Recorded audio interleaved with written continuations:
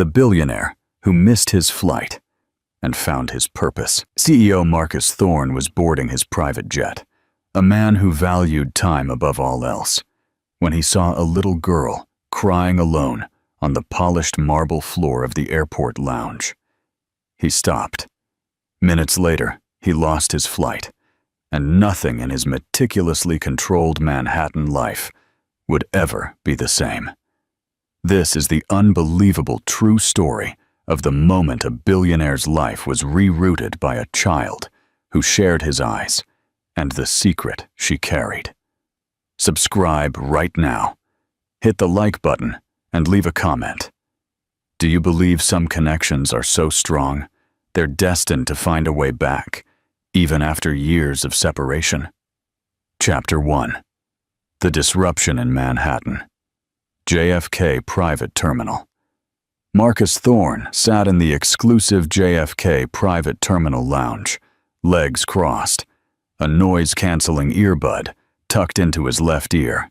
His charcoal suit was flawless, his sandy blonde hair neatly swept back, and his piercing gray-blue eyes were entirely focused on the stock figures flickering on his custom laptop. He was a man who didn't waste time, not on small talk, not on delays, and certainly not on strangers. His life operated on a clockwork of efficiency: transatlantic flights, market mergers, strategy, and silence. The outside world, with all its mess and emotion, was kept at a controlled distance. But today, something shattered that distance in the most unexpected way. As his boarding group was called over the intercom, Marcus reached for his briefcase and stood up. Just as he turned towards the private jet gate, a sound stopped him. It wasn't loud, just soft, broken sobs. But in the sterile quiet of the lounge, it was unmistakable. He looked toward the source. Near the edge of the seating area, a small girl was sitting on the polished floor, curled up beside a tiny white satchel and a well-loved stuffed rabbit. She couldn't have been more than 5 years old. Her light floral dress looked slightly crumpled, and her curly blonde hair framed her face in soft, tangled wisps. Small white clips barely held the hair away from her pale forehead. Her shoulders shook as she wept, trying to muffle the sound against the rabbit's worn fabric. People were looking. Some glanced away. Others frowned. But no one moved. No one asked. No one. Marcus hesitated. This was not his problem. His plane was boarding. His schedule was rigid. He had already lost 3 minutes, but his feet didn't move toward the door. Instead, they moved toward her. He knelt slowly, loosening his tie slightly. Unsure why he felt nervous. "Are you lost?" he asked, keeping his voice quiet and low. The little girl looked up with wide, tear-filled blue eyes that reflected his own more than he realized. She sniffed, clutched the rabbit tighter, and shook her head. "Mommy went to the restroom and didn't come back," she said. "She told me to stay here. I did, but she didn't come back." Marcus glanced around. No nearby adult seemed remotely connected to the girl. There was a small pink jacket folded on the seat behind her and a woman's handbag sitting next to her. But otherwise, nothing. He frowned, reaching for his phone. "What's your name?" he asked, already dialing airport security services. The girl replied softly, "Chloe." The name hit him like a slow, silent punch. Chloe. It wasn't unfamiliar. It was familiar in a way that twisted his gut. As he spoke to airport staff, and they began checking security footage, Marcus stayed near her. He offered water, which she refused.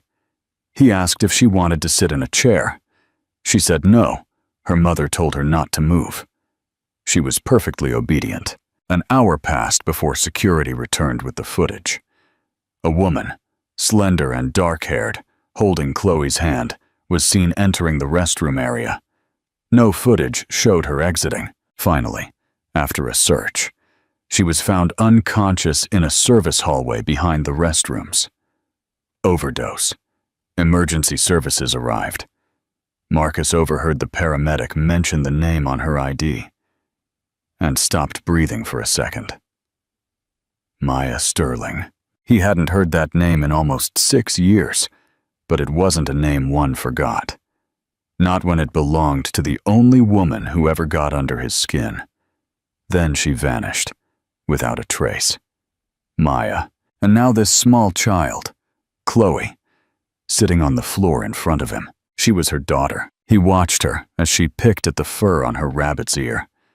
The tears had dried, but she still looked terrified, hollowed out by confusion, and something older than any child should feel.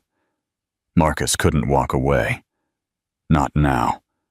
Not when a long-buried man had just taken a face. He sat down next to Chloe and said softly, "You don't have to wait alone anymore."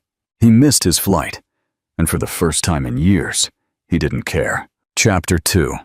The Proof and the Quiet Promise. Marcus didn't take Chloe home immediately. Instead, he arranged a private hotel suite near the hospital where Maya had been admitted. Staff had tried to offer alternatives, a social worker, a temporary shelter. But Marcus dismissed them all. There was no hesitation in his voice when he said he would take responsibility for the child. The moment he heard Maya's name, a part of him that had been buried deep beneath years of control and emotional detachment woke up. And he knew, without evidence or explanation, that Chloe was his daughter. He couldn't prove it yet, but his instincts had never spoken so loudly. Chloe clutched her stuffed rabbit as they rode silently in the back of his black town car. She didn't talk, didn't cry. She just stared out the window with wide, unblinking eyes. Occasionally she would look at Marcus, but she didn't ask questions. She had the look of someone who had learned to be quiet and invisible. Marcus, watching her in the mirror, felt something constrict in his chest.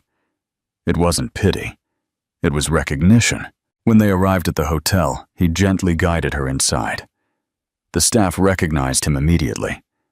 Mr. Thorne was a known figure in the financial world, and they offered their best suite. He requested a quiet floor, room service on call, and absolute privacy. Once inside the suite, he showed Chloe the bedroom, the television, the balcony. She wasn't allowed to go on without him. She nodded to everything, not really reacting, as if her body was present, but her mind was floating elsewhere. He ordered her a hot dinner, something simple, grilled cheese and soup. She sat on the edge of the sofa and ate with tiny, careful bites, still holding the rabbit with one arm. Marcus sat opposite her with an untouched plate of food. He watched her more than he spoke. Finally, he broke the silence. "Do you remember your mom talking about someone named Marcus?" he asked. Chloe looked up, a piece of bread halted in her hand. She thought for a second. Then she nodded slowly. She said he was someone from before, someone she missed, even when she didn't say it. Marcus felt the air go still. Maya hadn't just disappeared. She had carried a piece of him with her. And now that piece was sitting in front of him, quiet and unsure, needing someone who wouldn't vanish. He tucked her into bed that night, awkwardly at first. He wasn't used to brushing small teeth or finding the right voice for a bedtime story. She chose a picture book from the hotel's children's selection, and he read it stiffly. Until she interrupted him midway and whispered, "You don't have to be good at it. Just don't stop reading." He didn't.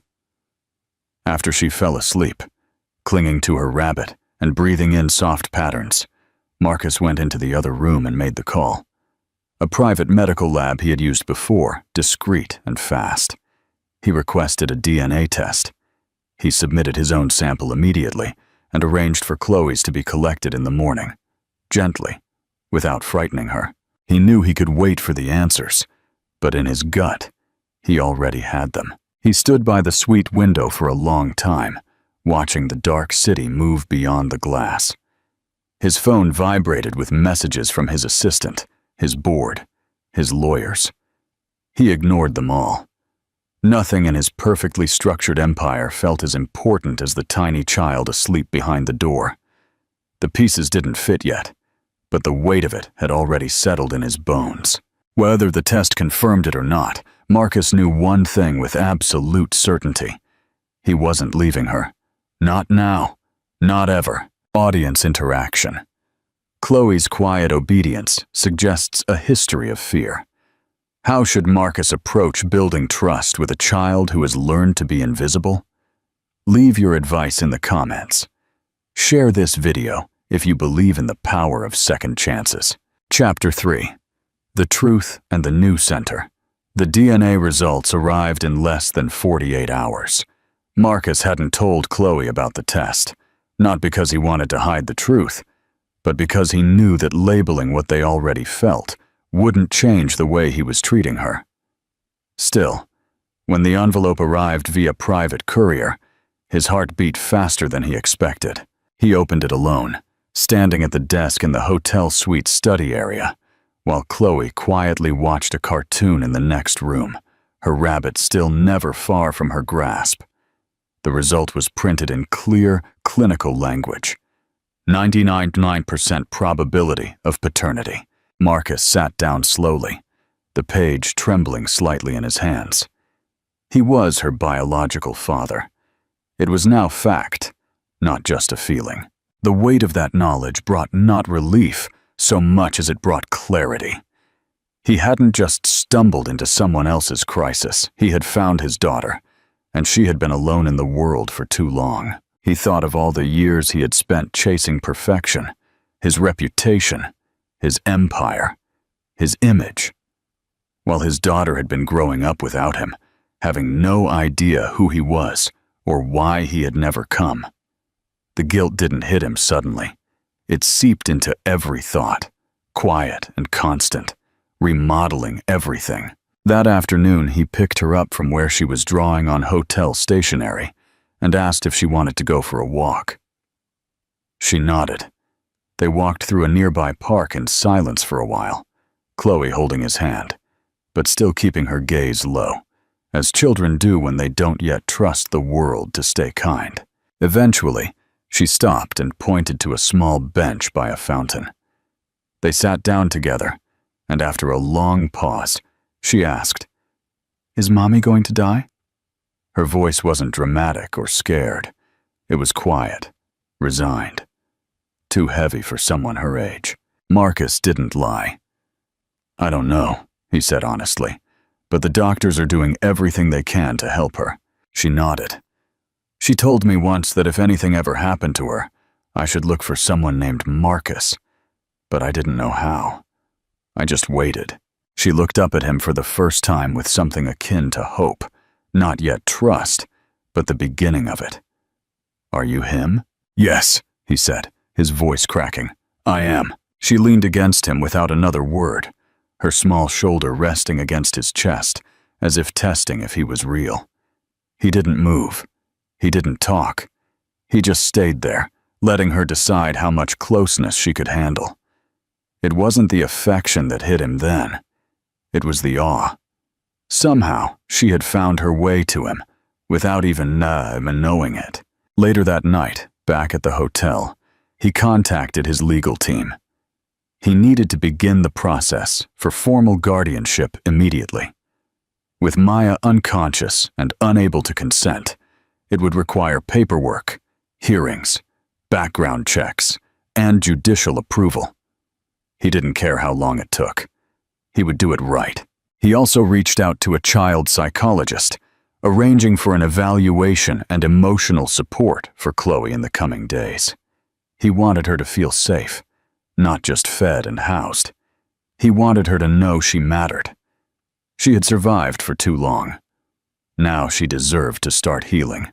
That night, when he tucked her into bed, she turned to him and asked, "Will you still be here tomorrow?" The question came out softly, almost a whisper she was afraid to believe. "I'll be here every day," he said, "as long as you want me to be." She didn't answer immediately, but then she nodded once, closed her eyes, and reached out a hand to clutch his sleeve as she drifted off to sleep. Marcus didn't move. He sat there beside her, still in his suit jacket, his fingers curled into the fabric, and understood something he never had before. He wasn't rescuing her. She was saving him, too. Chapter 4. The New Rhythm and the Small Grins. The days that followed settled into an unexpected rhythm. Quiet, yet momentous. Marcus extended their stay in the hotel suite, while renovations discreetly began on his penthouse to prepare a permanent home for Chloe. One with a bedroom designed just for her, soft lighting, safety latches, and space for toys and books he hadn't chosen yet. But until that space was ready, he did his best to make the hotel feel like more than just a temporary refuge. Chloe quickly adapted to the quiet luxury of their surroundings, not in the way of a child dazzled by wealth, but with the quiet gratitude of someone who had been cold before and was now warm. She asked few questions, never demanded anything, and often looked at Marcus for silent permission before doing even the simplest things, like reaching for a juice box or turning on the TV. Something broke in him every time she hesitated like that, as if kindness was still something she hadn't learned to trust. He made it his mission to not only see to her needs, but to offer a presence, the kind that expected nothing in return. He read to her every night, even when he had meetings that ran late or calls that waited unanswered. He started getting up early, not to check financial reports, but to learn how to braid hair, watching online tutorials so that when she asked him, he could do it almost right. The first time she smiled wide enough to show her missing front tooth, he realized it was the first full smile he had seen from her. Their conversations grew longer and more personal. She told him about her rabbit, which she had named Sky, because it was the same color as the sky she used to watch out her bedroom window when she was scared at night. She shared that her favorite food was pancakes, but only if they were soft inside, and that she was afraid of hospitals. Not because of needles, but because she had once waited in one for hours, not knowing if her mother would ever come back. Marcus listened to all of it. He didn't always know what to say, but he never dismissed a single word. The more she opened up, the more fiercely protective he became, not just because she was his daughter, but because she was finally learning what it felt like to be heard. Meanwhile, Maya remained unconscious in the hospital. Marcus visited her daily, even if only for a few minutes. He would sit by her bedside, tell her about Chloe's day, and update her on the legal progress. He wasn't sure if she could hear him, but he spoke anyway. Not out of obligation, but because part of him needed her to know that he was finally doing what he should have done long ago. He no longer felt bitterness toward her, only sadness, for the years they had lost, for the weight she must have carried alone, for the fear that had made her disappear. One afternoon, after a hospital visit, Marcus took Chloe to a small bookstore. It was raining lightly outside, and she held his hand tighter as they crossed the wet pavement. Inside, the air smelled of paper and warmth. Chloe wandered carefully through the children's section, her fingers tracing the covers as if they were made of something fragile. She finally chose a book about a fox who found its way home after getting lost in the woods. That night, she asked Marcus to read it twice. When he finished the second time, she whispered, "Do you think the fox knew where it was going?" He paused. Then he replied, "I think the fox didn't know, but it followed something inside it, and it guided it exactly where it was meant to be." She felt like that made perfect sense. Then she snuggled under her blanket and fell asleep. The next morning, Marcus received confirmation from his legal team. The emergency guardianship petition had been approved. It was temporary, but it was official. He was now, the eyes of the law, Chloe's legal guardian. He folded the document slowly, not because he doubted the outcome, but because holding it felt like holding a second chance in his own hands. When he told Chloe the news, she didn't cheer or jump. She simply smiled softly and said, "So, I get to stay now." Marcus knelt in front of her, and looked her in the eyes. "You never have to leave again," he said, and for the first time. She reached out without hesitation and hugged him, arms tight around his neck, as if she had been waiting her whole life for someone to say those words and truly mean them. Chapter 5. Building a home in the sky. The penthouse was ready in 2 weeks, transformed from a sterile, minimalist bachelor pad into a place that could now be called home. Gone were the chrome edges, the cold lighting, and the cutting silence. In their place were warm rugs, softer furniture, a kitchen that smelled like real meals, and a bedroom down the hall that Chloe chose every detail of, from the wall color to the shape of the nightlight. Marcus had never cared about interior design beyond aesthetics, but now he found himself researching secure drawer latches, non-toxic paints, and the best bedtime storybooks for 5-year-olds. His calendar, once packed with investment reports and mergers, now included field trip dates, parent forms, and a daily reminder labeled "Pick up Chloe." Their first day in the new home was quiet, but full of meaning. Chloe explored slowly, taking her time to look at everything. Her favorite thing turned out to be a small window seat in the corner of her room, where she could curl up with her rabbit and watch the city lights turn on at night.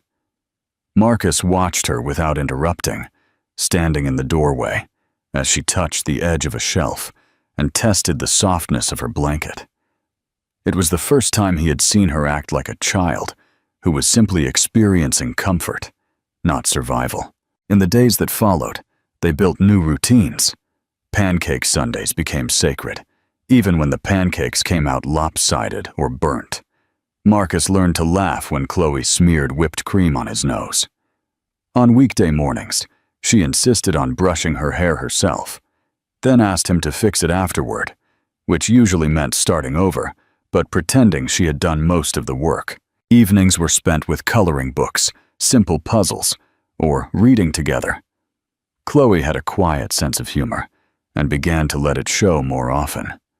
Little sarcastic smirks, witty observations, too advanced for her age, and the occasional fit of giggles that ended in hiccups. Marcus had never known how much joy could come from a child's laughter, until he heard hers resonating through his silent apartment. But not all moments were joyful. One evening, as Marcus was finishing the dishes, he found Chloe huddled behind the sofa, shaking. When he reached for her, she didn't want to talk, just held her rabbit tight against her chest. Finally, through choked whispers, she said she had spilled juice on his rug and thought she was going to be punished. Marcus sat on the floor beside her, not touching her yet, and asked gently who had punished her for accidents before. She didn't answer, but the way she flinched told him everything he needed to know. He told her firmly, but gently, that mistakes were allowed in this home, and no one would ever be hurt for being human. She looked at him as if trying to gauge if she could believe him. He didn't ask her to.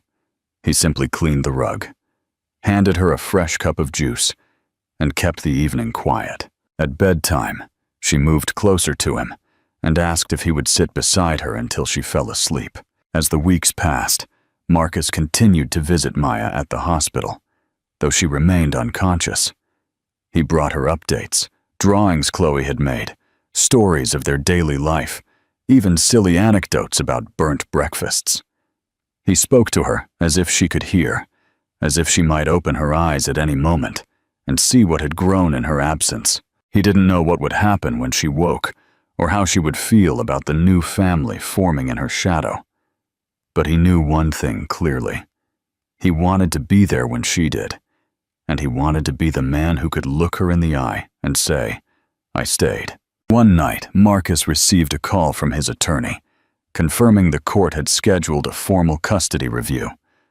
Though the temporary guardianship had gone well, the presence of a living, though incapacitated mother meant the court would need to evaluate everything before finalizing full custody. Marcus wasn't surprised. but the weight of the process pressed down on him. It meant background investigations, psychological evaluations, more interviews with Chloe, and, most likely, a social worker's observation of their life together. It meant proving he was good enough, not as a CTO, but as a father. That evening, when he sat beside Chloe in her room as she drifted off, he didn't read a book. Instead, he told her a story of a fox that got lost in the woods and kept walking because it believed someone was waiting for it at the end.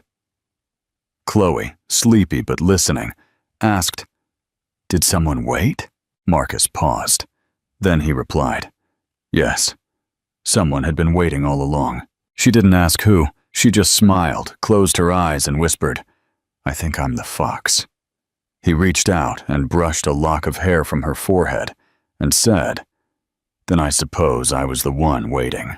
And in that small, quiet room, filled with soft light and the hum of the city below, it became more than just a temporary arrangement.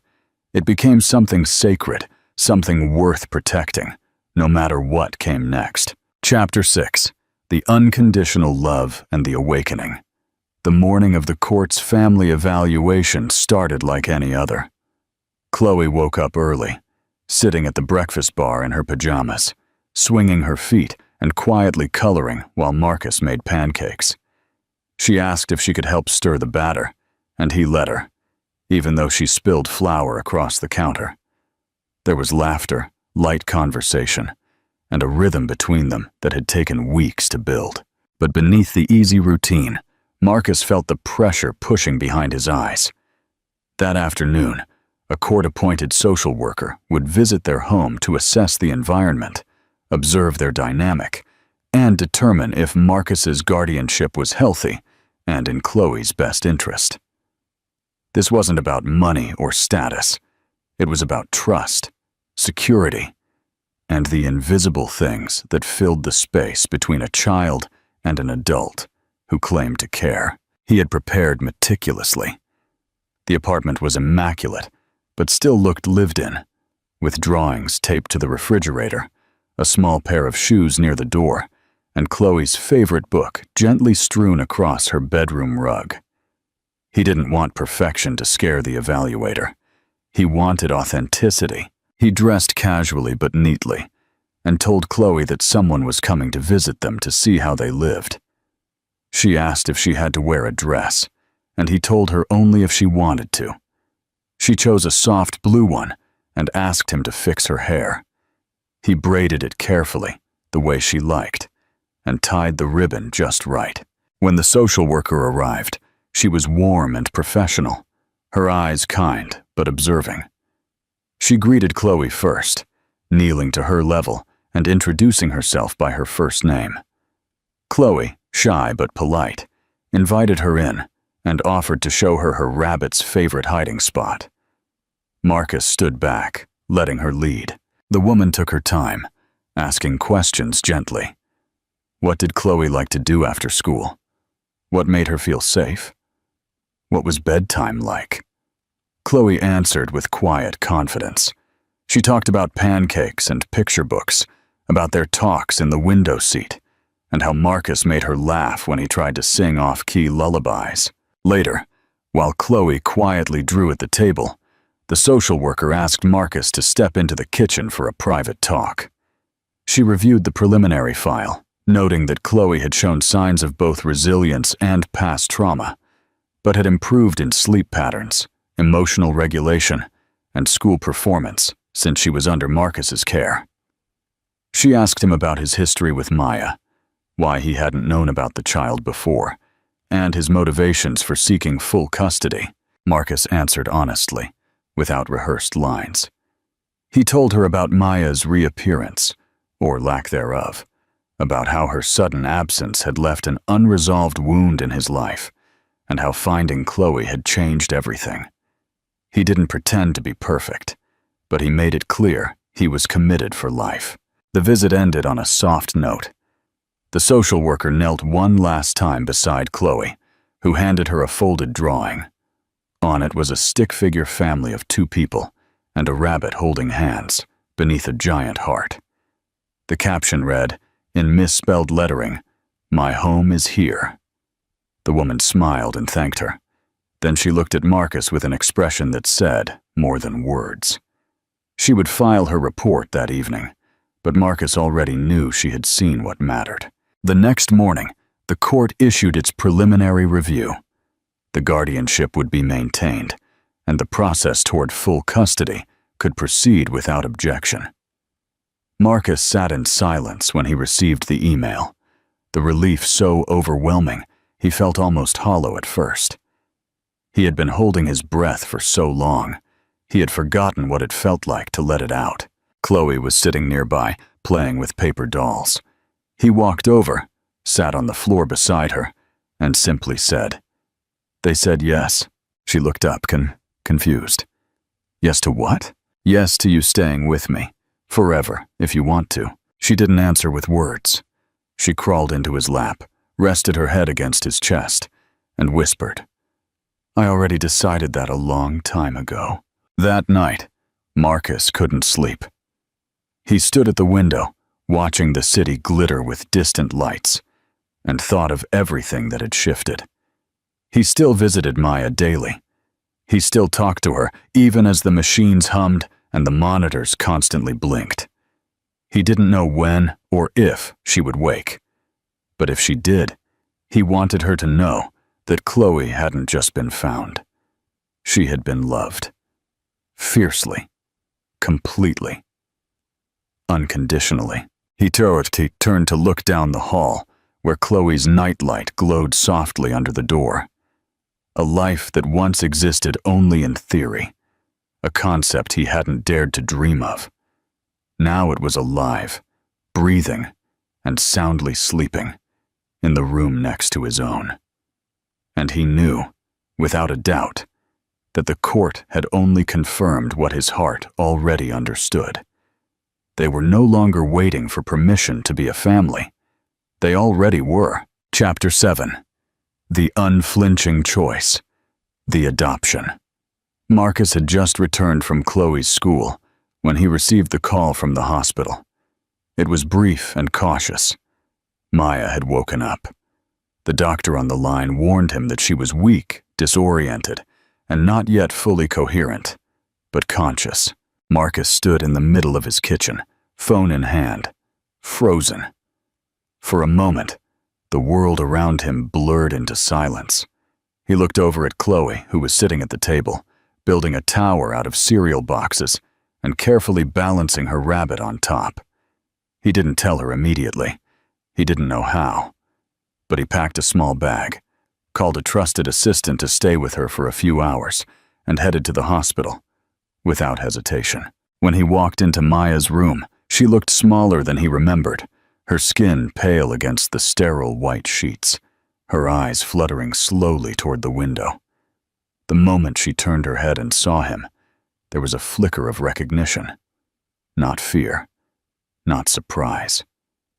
Something quieter. Maybe guilt. Maybe resignation. He walked closer, careful not to overwhelm her.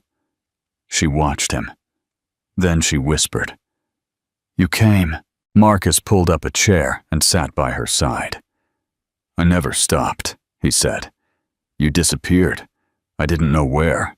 And now you're here. And she is too." Maya closed her eyes for a moment, as if the mention of Chloe was too much to bear. When she opened them again, they were wet with tears. "I didn't mean to disappear," she said. Her voice was husky, barely a breath. "I was scared. I thought I would ruin you if you knew. I didn't want to be another person who took something away from you." Marcus shook his head slowly.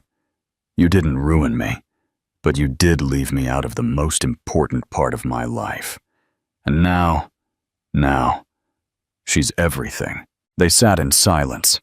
The machines beeped quietly beside them. Maya's hands trembled slightly as she tried to reach for a glass of water. Marcus helped her. She took a sip.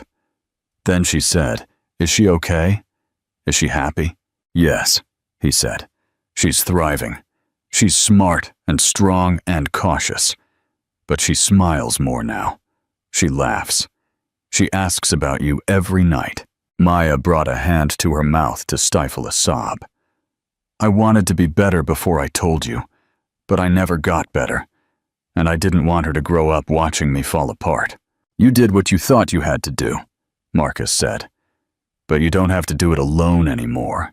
Later that night, he returned home to Chloe, who ran into his arms the moment he crossed the door. She asked if he went to a meeting, and he hesitated before saying, I saw someone very important. Your mommy. Her eyes widened, unsure whether to feel joy or fear. She woke up, she whispered. He nodded. She asked about you. She misses you. Chloe clutched his hand tightly. Can I see her? Marcus nodded again. Soon, when she's a little stronger. In the days that followed, they talked more often. Maya's strength slowly returned. Marcus visited her daily, updating her on Chloe's routines, her favorite books, the way she hated broccoli and loved staying up late. He brought her drawings, voice messages, even photos. Maya cried the first time she heard Chloe's voice say, Hi, Mommy. I hope you're okay. I'm good. Daddy is taking care of me. It was the first time either of them had heard her call Marcus that out loud.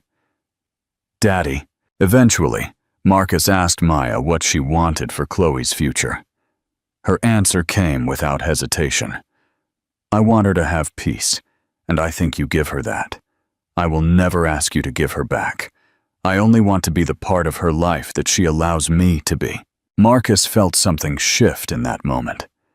It wasn't closure or forgiveness, but a kind of understanding. They had both been through pain, shame, and uncertainty, and now they were here. Different, changed, but still willing to do the thing that mattered most. To love the same child in the best way possible. That weekend, Marcus and Chloe sat in their apartment and put together a scrapbook. She carefully pasted in photos of them baking cookies, her first day of school, her stuffed rabbit by the window seat. Then, she took a blank page and said, This one is for Mommy. And Marcus smiled, knowing they were making space, not just for the life they had built, but for the lives they were still finding room to embrace. A warm Saturday afternoon, almost 6 months after that day at the airport, Marcus stood in the living room, sleeves rolled up, a nervous energy thrumming just beneath his usually calm surface. Sunlight streamed through the tall windows, illuminating the wood floors and casting soft shadows over Chloe's colorful artwork, hung in uneven frames. Everything about the space was different now. It was no longer the home of a man who lived alone, but the home of a family. The scent of fresh lilies and something sweet baking in the oven drifted through the air. In the other room, Chloe was carefully arranging her stuffed animals in a line on the sofa, all facing the hallway, as if preparing for a ceremony. She was wearing a soft white dress with tiny blue flowers, and she had insisted on tying her shoes herself, clumsily, but proudly. Today was the day the adoption would be finalized. Papers had been signed, the court had approved everything, and all that remained was a simple in-person visit from a court officer to verify Marcus still intended to carry through with the formal process. It was mostly symbolic, a final check before the document was sealed and official. But to Marcus, it felt like so much more. It felt like the final brick in a foundation he had spent months, years really, unknowingly building. When the doorbell rang, Chloe rushed to open it, her rabbit tucked under one arm. The officer smiled warmly, greeted them both, and stepped inside with a clipboard and a light tone. The visit was short and pleasant, filled with kind questions, and even kinder comments about how comfortable Chloe seemed in the home. After she left, Marcus and Chloe stood in silence in the center of the room. It was done. She was his. Not temporarily, not conditionally, officially, legally, forever. Chloe looked up at him with her wide, thoughtful eyes. So now I'm yours, she asked, though she already knew the answer. Marcus crouched down and placed both hands on her small shoulders. "You've always been mine," he said. "Now it's just on paper, too." She hugged him tightly, and for a long moment, neither of them said anything. The silence didn't feel empty.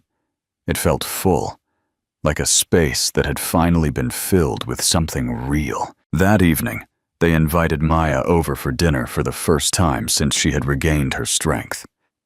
She had moved into a new apartment nearby and was in outpatient treatment, overcoming years of pain with steady progress. She arrived with a small bouquet of sunflowers and a cautious smile, unsure how the evening would go, but hopeful.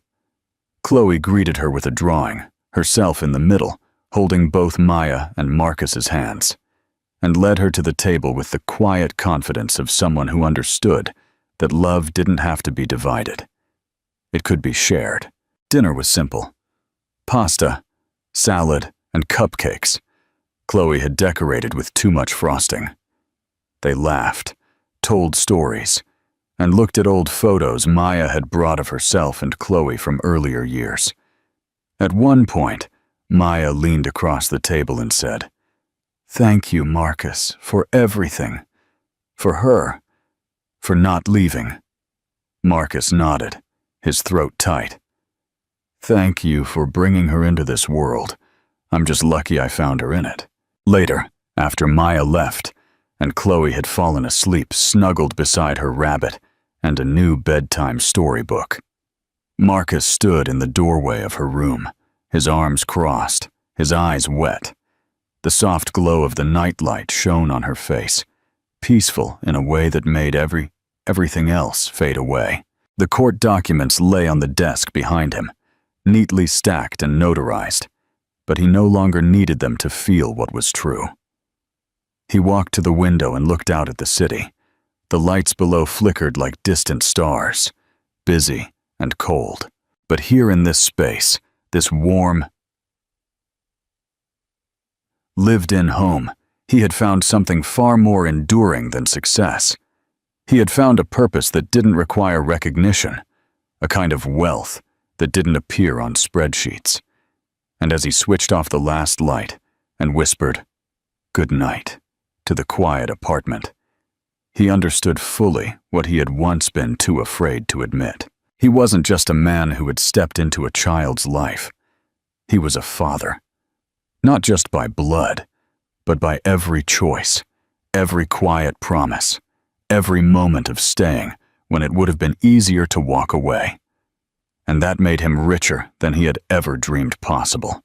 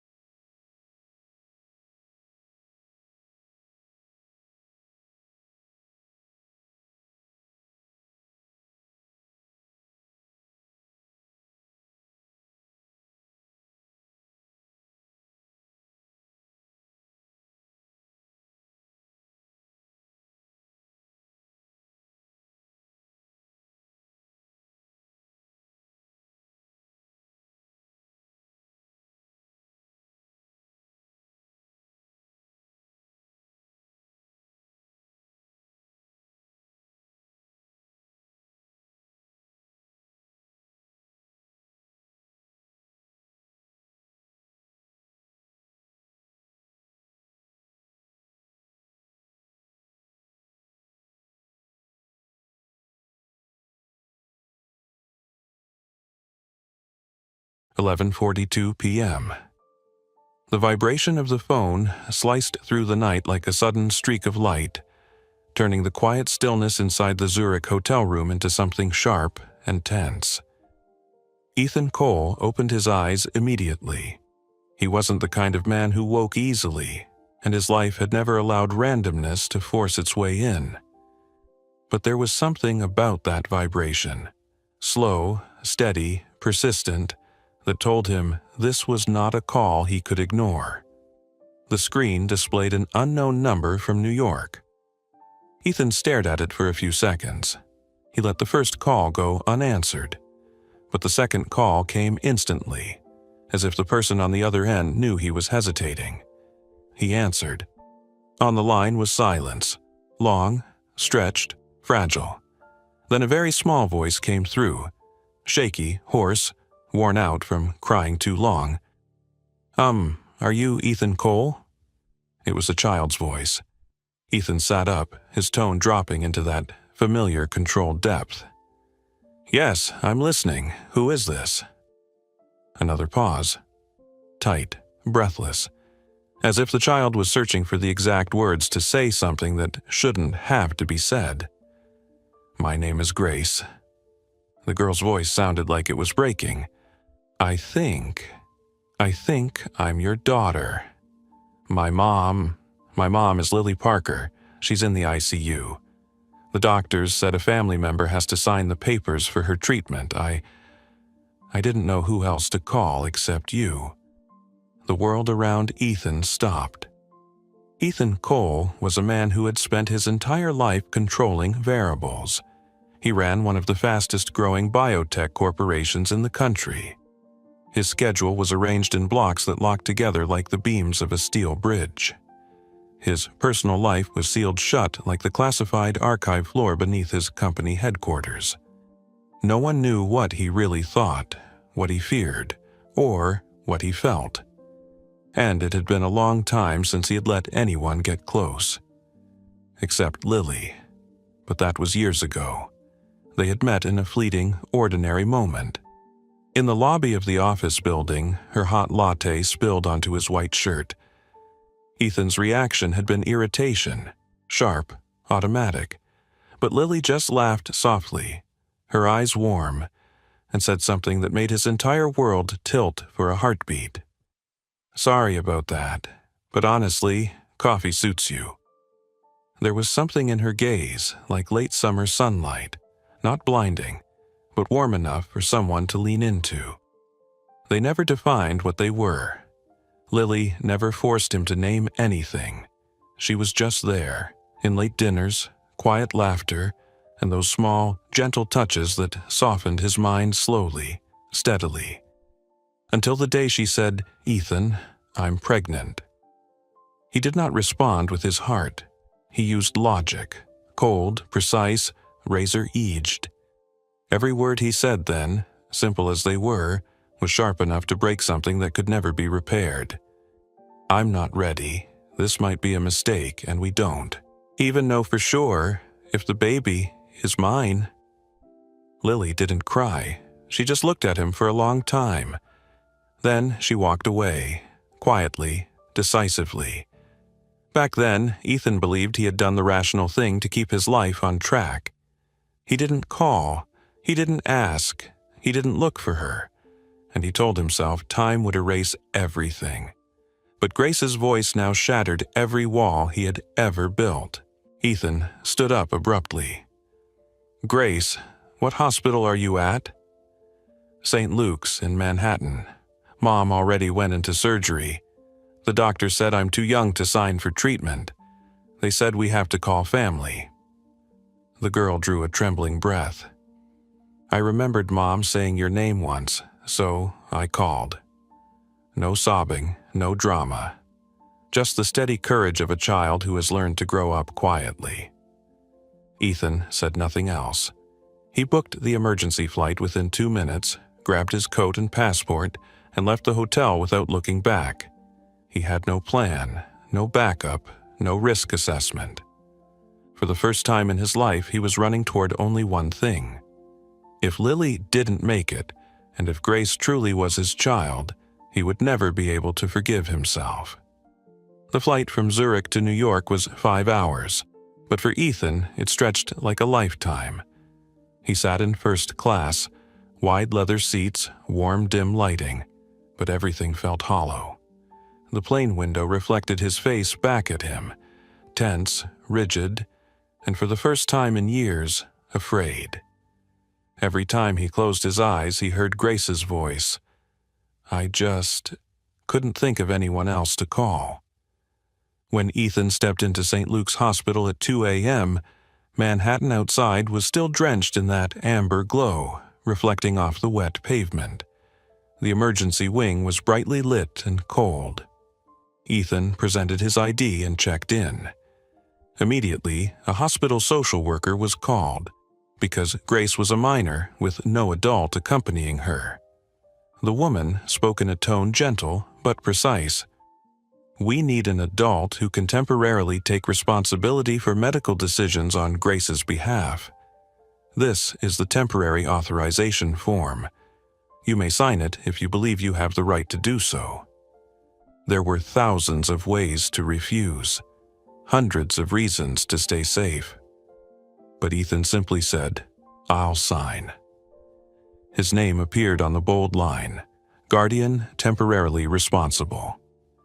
In that very moment, something in him shifted. The pediatric waiting room was deep in the hallway. The cold white neon lights washed over pale green vinyl chairs. Grace sat there, so small she looked like she might dissolve into the color of the hospital walls. Her hair was braided to one side, hoodie a bit too big, eyes swollen from crying and staying awake. Yet her gaze remained oddly steady. When she saw Ethan, she stood. She did not run to him. She did not burst into tears. She simply faced him. Her eyes, a pale gray blue, were heartbreakingly familiar. You're Ethan Cole, she said. It wasn't a question. Ethan kneeled so their eyes were level. Yes, and I... Grace shook her head. Just a small, quiet movement. Her voice was soft but clear. You don't need to call yourself my dad, not if you're not ready. I understand. No accusation, no resentment. Just the early wisdom of a child who has learned to hold herself upright in her own loneliness. Ethan felt something tighten across his chest. Your name is Grace, right? Grace nodded. Mom said you were very busy. It wasn't your fault. She looked down at her shoes. She never said you were a bad person. A simple sentence, but enough to make his heart fall into a place he didn't know existed. Ethan drew a slow breath. I want to be here, if you'll let me. Grace studied him for a long moment, as if measuring whether this presence would stay or fade. Finally, she lifted her hand. A tiny hand, warm, slightly trembling. Ethan took it, and in that moment he understood his life had just changed course. They entered the ICU. The room was dim, quiet, like time had paused within it. The steady rhythm of the heart monitor continued, unhurried, unchanging. Lily lay there. Her face was pale from sedation. The slender bridge of her nose was exactly as he remembered. Her lips were dry and colorless. IV lines, ventilator tubes, gauze, all surrounding a body that had fought too hard, too long, alone. Ethan stepped closer, one slow step at a time. He did not offer an explanation. He did not lift a hand to hide the wetness in his eyes. He simply placed his hand over hers gently, as though touching too firmly might disturb old pain. His voice was tight when he spoke. I'm here. Grace stood beside him, placing her small hand over her mother's. She didn't cry, she simply stood, waiting, just as she had done for years. And in that silence, no one used the word family. But in that exact moment, a door quietly opened for it to become real. Morning arrived slowly in the ICU, as though even the sunlight had to soften itself before entering a place this fragile. A pale orange dawn filtered through the large window, spreading gently across the walls. Ethan was still sitting beside Lily's bed, in the exact position he had been in since he placed his hand over hers the night before. His shoulders leaned slightly forward, his sleeves rolled up to his elbows, the tendons along his wrist drawn tight from not daring to let go. He was not a man accustomed to waiting. His life ran on momentum, precision, speed. But in this room, he had no power to command anything. He could only stay. Grace slept on a small chair near the window, curled inside the blanket a nurse had brought just before dawn. A stuffed rabbit lay tucked beneath her chin, like a loyal companion that had never left her. Around 7 a.m., a night shift nurse walked in quietly. She checked Lily's vitals, changed an IV bag, then glanced at Ethan with a look that was both clinical and gently human, the kind of compassion that ICU rooms rarely had to spare. "She's stabilizing, little by little," the nurse said softly, as though sound itself might disturb the silence. "We've managed the internal bleeding. Her lungs need time to recover. Right now, she's under light sedation so her body doesn't have to work too hard." Ethan tried to nod, but he couldn't pull his eyes away from Lily's hand beneath his. The nurse scribbled a few notes on the chart at the foot of the bed, then left, and the room settled again into something like a long, careful breath. Grace woke without a sound. She slid off the chair, pulled her small canvas shoes on, and stepped to Ethan's side. She didn't ask, "Will Mom wake up?" She didn't ask, "Are we going home?" At Grace's age, waiting didn't happen through words. It happened through quiet eyes, a stuffed rabbit held close and staying exactly where she needed to be. Ethan looked down at her. "Would you like some breakfast?" His voice softened, not because he forced it, but because something tightly wound in him was slowly loosening. Grace shook her head. "I want to stay near Mom." Ethan glanced through the window to the hallway, where the morning shift was beginning and the lobby was growing busier. He understood then what he needed to do. Not just for Lily, but for this child, the child who had learned never to ask for anything. "I'll go get something," he said. "Would you like warm milk?" Grace thought for a moment, then nodded, just once, very small. Not because she wanted it, but because she was beginning to believe he would come back. The weight of that belief was quiet, but heavy. The hospital cafeteria in the early morning always held a smell that was impossible to name. Fresh coffee, toasted bread, and the faint trace of disinfectant still lingering from the night. Ethan stood in line, fingers resting lightly on the plastic tray. He couldn't remember the last time he stood in a line like this. His life had been full of private elevators, private cars, private rooms, everything insulated behind invisible glass. But this morning, he was just a man afraid of losing someone. He returned with 2 cups of warm milk and a buttered roll. Grace sat on the bench outside the ICU hallway, feet dangling, eyes fixed on the ICU door as if, by looking long enough, her mother might simply step out. Ethan sat beside her, saying nothing at first. He offered the milk. Grace took it with both hands. "Mom likes cinnamon," she whispered, like she was sharing something delicate and precious. "She sprinkles a little on warm milk. When she's sick, she says cinnamon feels like someone is there, even when no one is." Ethan felt something shift inside his chest. Not breaking, opening. "We'll get cinnamon this afternoon," he said. "When she gets better, she'll smell it." Grace nodded. This wasn't loud, triumphant hope. This was a quiet, steady hope, the kind carried by people who have already known loss. By late afternoon, the ICU attending physician stepped into the room, holding a tablet of medical charts and documents. He carried the demeanor of someone well accustomed to delivering bad news, yet careful enough to recognize the rare moment when the news was good. "She's responding well to treatment," he reported. "If everything continues to stabilize, tonight we'll begin reducing the sedation to see how her body responds on its own. I can't promise anything yet, but this is a positive sign." Grace tightened her grip on Ethan's hand, not out of fear, but out of sudden, overwhelming relief. Ethan nodded. "How long until she can wake?" "Could be a few hours, could be longer. The brain needs time to find its rhythm again." The doctor paused, his gaze settling on Ethan. "She'll need close support when she wakes, not just physically, emotionally too." Ethan understood, and he didn't avoid it anymore. "I'll stay." The words weren't loud, they weren't dramatic, but their weight was deep enough that Grace turned to him, as if she had just heard a promise she had waited a very long time for. That night, when the ICU lights dimmed to a softer glow and the monitors clicked in steady, unhurried beats, Ethan remained in his chair.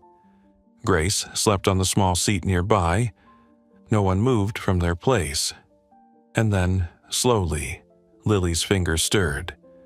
A movement so small it could have been missed if one wasn't looking closely enough. Ethan stopped breathing. "Lily?" His voice sounded like it had been held under stone for years. Her eyelids flickered, opening bit by bit, as if she were swimming upward from deep water. White light, heavy breath, the world returning one heartbeat at a time. Lily saw the ceiling first, then, slowly, she turned her head and saw Ethan. There was no dramatic calling of names, no sudden embrace, no flood of tears like in the stories people tell themselves will happen. She simply spoke, her voice so faint it was almost only air. "Where's Grace?" Ethan's eyes followed to the chair by the door. "She's right here, she's okay." A long exhale slipped from Lily's lips, not like a sigh, but like a breath her body had been holding for days. Silence lingered before she looked back at Ethan, eyes no longer clouded by medication, but clear with sharp, aching awareness. "Don't think that just because I'm lying here, things between us get to start over." It wasn't gentle, it wasn't forgiving, it was the truth. Ethan nodded, and his words landed slowly, deliberately, like they were being set down, not spoken. "I know." Lily stared at him a long time, as though trying to see whether his words were real or simply guilt taking shape in the form of convenience. "Did you come because of me?" she asked, "or because of Grace?" Ethan didn't look away. For the first time in years, he didn't choose the answer that would make him seem better. "I came for both of you. But if I have to name the reason that brought me here first, I came because of Grace." Lily didn't nod. She didn't smile. She didn't say anything at all, but she didn't let go of his hand. And sometimes in life, not letting go is the gentlest form of recognition there is. Lily was moved to the recovery ward on the third day, once her breathing had stabilized and sedation had been reduced.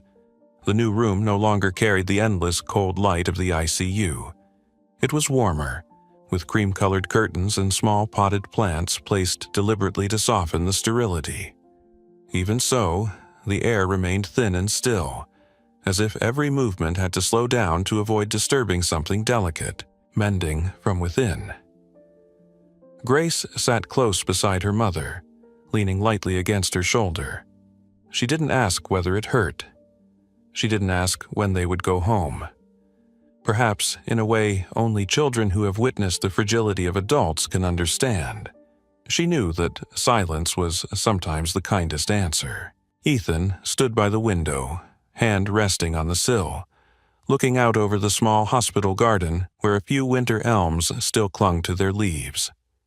He didn't keep his distance out of fear of being rejected, but because he understood that his presence now needed to be quiet, patient, steady, not something that crashed in like a late apology. A nurse guided Lily through slow breathing exercises. "Each breath is a step," she said, gentle but firm. "Not strong, just steady." Lily followed. Her body was so weak that lifting her hand a few centimeters caused her face to tighten. But there was no complaint. Ethan watched, and it felt like something invisible tightened around his chest. He had once called her fragile. He had once called her too emotional. He had once believed she didn't understand his world. But now, watching her fight for each breath, he saw clearly. She had always been stronger than him, just strong in a way that made no noise. That afternoon, a hospital social worker came to meet with Ethan and Lily about the post-discharge care plan. She spread the documents across the table like a map of a new life.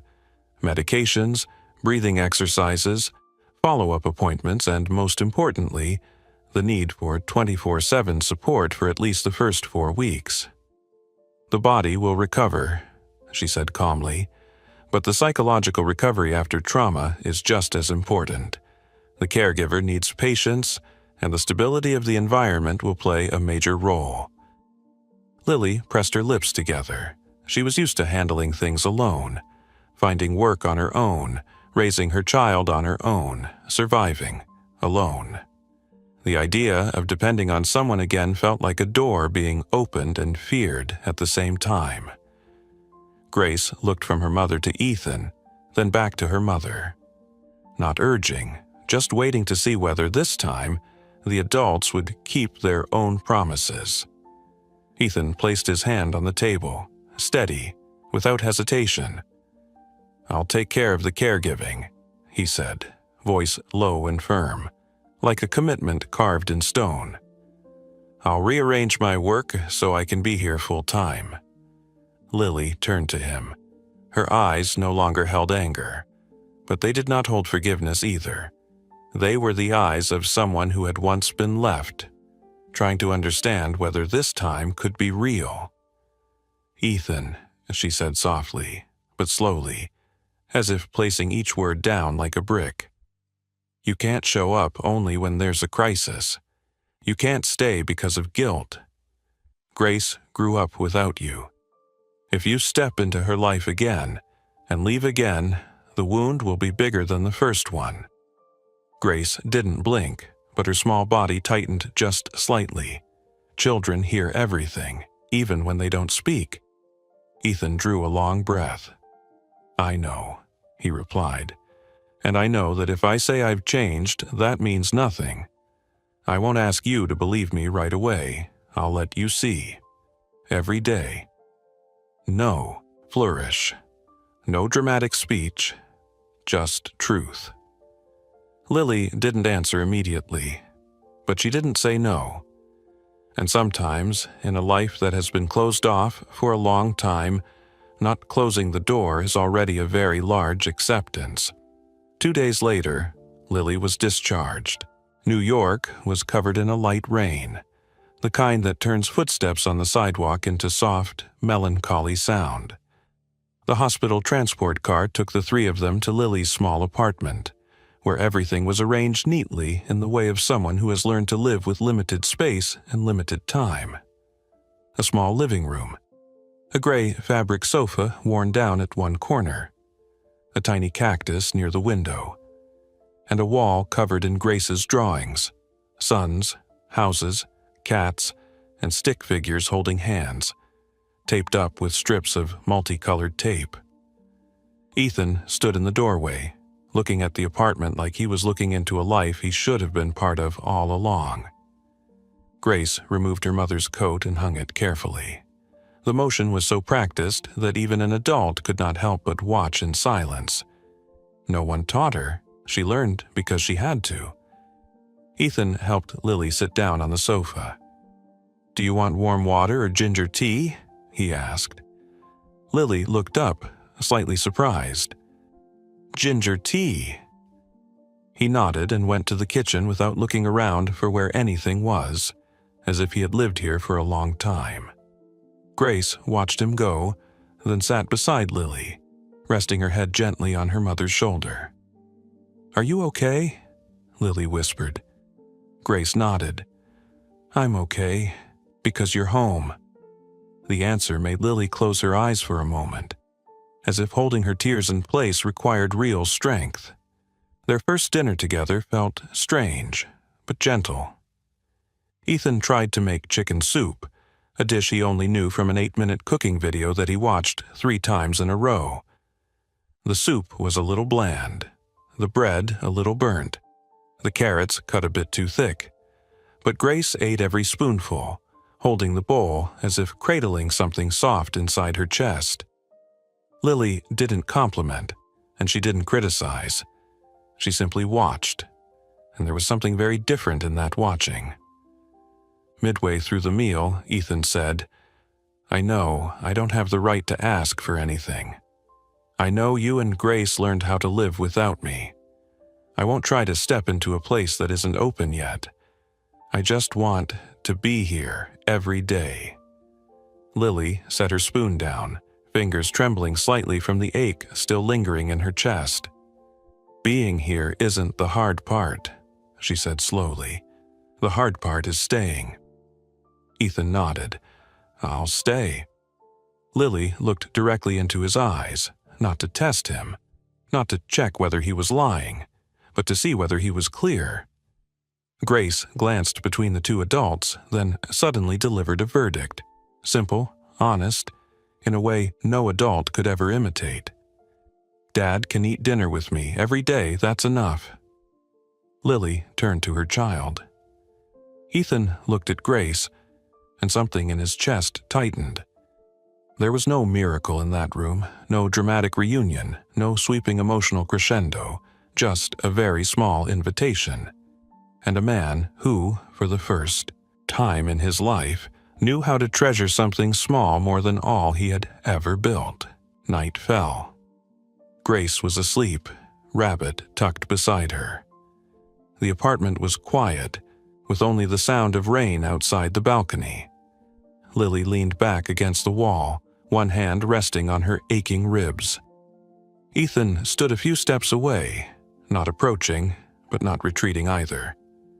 "I used to think," Lily said softly, "that being alone was the safest thing. Because if no one touches you, then no one can leave you." Ethan felt the words land in him like a slow, deep hand pressed against his chest. "But," Lily continued, "being alone isn't peace. It's just the habit of loneliness." She lifted her eyes to him, and for the first time since the ICU, there were no bars in her gaze. "I'm learning how to let someone be here again. But that person has to stay, not for a day, not for a week, but every day." Ethan nodded. He didn't rush forward. He didn't make bigger promises. He didn't ask for forgiveness. "I'll stay, one day at a time." No dramatic vow, no cinematic pause, just a sentence that touched the ground, steady and real. Lily released a slow breath, the kind held too long inside the chest. She didn't reach out. He didn't step closer, but the space between them, for the first time, was no longer a wall. Sometimes love doesn't return with a call or an embrace. Sometimes it returns in 2 people standing close without fear. Time didn't move by the ticking of a clock, but by very small shifts in that small home. On the first morning, Ethan took Grace to school. The scene was nothing like the golden, charming movie moments people imagine. There was no glowing sunlight, no cheerful music, just the kitchen carrying the warm smell of pancake batter and a man trying his best to do something he had never imagined himself doing. Ethan stood at the stove, pan in one hand, spatula in the other, trying to flip pancakes without burning them. The first batch burned. The second was raw. The third, slightly misshapen, but at least evenly golden. Grace sat at the table, hair messy, hugging her rabbit, half asleep. watching him with the calm of a child who has already seen all kinds of chaotic mornings. "We can have cereal," she said softly, offering a solution, not a judgment. Ethan blinked, then smiled, a small, real smile, unforced. "Okay, but pancakes will return." He said it not because the pancakes were good, but because he didn't intend to give up. Grace shrugged, but the corner of her mouth tugged upward, just a little. That was a small victory, and small victories are what build a family. On the way to school, Ethan walked at the same slow pace as Grace's small steps. The city in the morning still held a trace of mist, the trees along the sidewalk still wet. Adults walked quickly, rushed, busy, but the two of them weren't running from anything anymore, so they walked unhurried. "What's your favorite subject?" Ethan asked, gently, not to fill silence, but to open a small door. "Music," Grace answered. "Why music?" Grace thought for a moment, then spoke with the kind of honesty that has no sugarcoating. "Because in music, people don't have to say a lot, but they still understand each other." Ethan paused mid-step. He understood better than anyone what it felt like to live in a world where words are never enough to say what's inside. He knelt, retying Grace's shoelace that had come undone when she got out of the car. "I understand," he murmured. Grace looked at him, surprised, as if she hadn't expected him to answer in a way that matched the rhythm of her heart so precisely. At the school gate, a morning shift teacher observed them. Grace turned back, without hesitation, without pause. "This is my dad." The sentence landed like a clean, round musical note. Not loud, not dramatic, but true, in a way that no one could deny. And sometimes when something is finally called by its right name, it finds its place in the world on its own. In the weeks that followed, Lily's home was no longer a home of two, but a home of three. No one declared it. But there were small signs. Ethan knew exactly where Lily kept the ginger tea. Grace could tell Ethan's footsteps in the hallway, slower when he worried, steadier when he was content. Lily no longer startled at the sound of the door opening. In the afternoons, Ethan worked online in the corner of the living room, while Grace sat on the floor drawing, her pencil looping and wandering.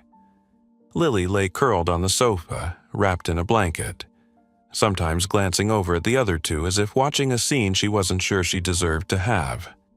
No one said the word family, but everything in that room was quietly saying it. Then, one evening, when the hospital called to inform them that Lily's accident had not been an accident at all, but an intentional forced collision, the air in the apartment changed. No one cried.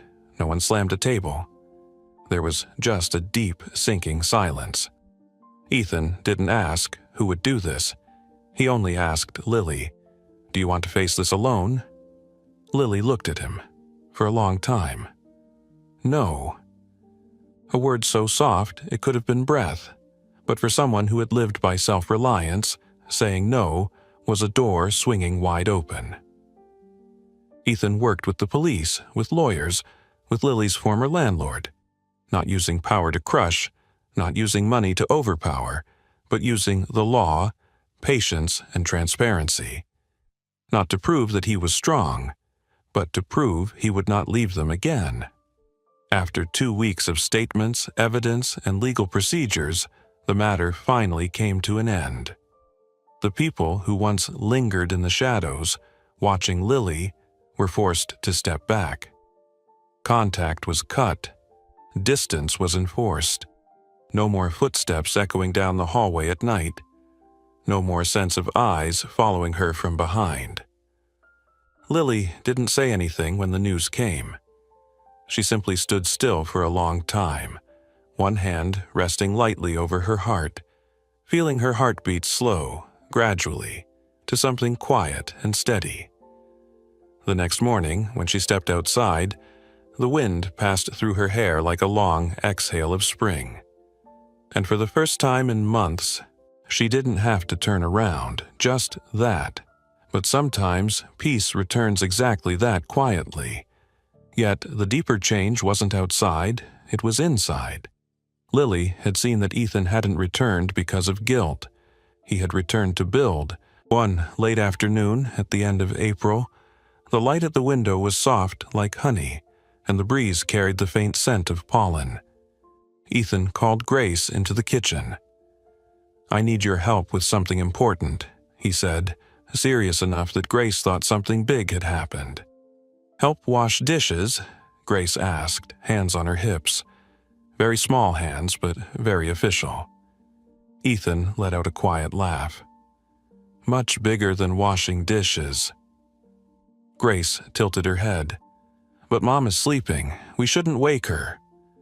Ethan sat down beside her, his voice softening. "Right. This is bigger than waking her." He lowered his voice. "I want to ask your mom if she would like us to become a real family. And I want you to help me get ready." Grace didn't answer right away. She just looked at Ethan for a long, long moment. Then she hugged him, slow, tight, no words needed. "I've been waiting for this day for so long." They didn't prepare anything elaborate. Grace drew a card, 3 people holding hands under a sky full of stars. Ethan baked an apple pie, not burnt, not too sweet, not perfect, just made with hands and with heart. When Lily stepped into the kitchen, both of them were waiting. Ethan didn't kneel. He didn't hold out a diamond ring. He simply spoke, with a steady voice, the voice of someone who has finally found the right direction. "I won't promise to be perfect. I will make mistakes. There will be times I don't know what to do, but I promise I will be here, every day, not out of obligation but because I love you, and because I love Grace. If you agree, let's call ourselves a family." Grace placed her hand on her mother's, the smallest but strongest anchor. "I want that too." Tears finally slipped down Lily's cheeks, not bursting, not choking. Just the quiet tears of a long winter finally melting. "I agree." 2 months later, their wedding took place in the garden behind a small suburban church, where golden string lights hung between 2 birch trees and wooden chairs were wiped clean by kind neighbors. There were no extravagant gowns, no grand arrangements. Just Lily in a simple white dress, her hair adorned with a wildflower Grace had picked from the nearby field. Grace was the flower girl. Her shoes were a little too big. She stumbled a bit when she walked. She smiled like the sun. Ethan stood waiting at the end of the aisle. There was no lavish ceremony, no master of ceremony, just the soft wind and the sound of hearts finding each other again. When they took each other's hands, they didn't speak long vows. They simply said, 3 people, 1 home. And that was enough. At the end of the day, when the sky shifted to a tender shade of orange, Ethan lifted Grace and spun her gently. Her laughter rang like light glass bells. Lily stepped closer and linked her arm through his. No rush, no effort, just closeness finding its rightful place. The 3 of them walked toward the small house where the windows glowed warm with evening light, where the smell of apple pie still lingered in the kitchen, where a pair of tiny shoes lay crooked beside the rug. A place where they no longer had to wonder whether they belonged to one another. They didn't speak on the walk home. But the silence was not empty, it was full. Full with matched breaths. Full with steps taken together. Full with something lost for a long time, now returned. Because some kinds of happiness do not arrive like fireworks. They come like a small lamp being lit every evening. A hand that does not let go. A door that does not close too soon. And this time, when life tested them, no one let go first. Thank you for staying with us until the very end. If this story meant something to you, let us know in the comments. We really do listen. Share this with someone who loves a good story. And don't forget to subscribe and turn on notifications so you won't miss the next soul-stirring journey.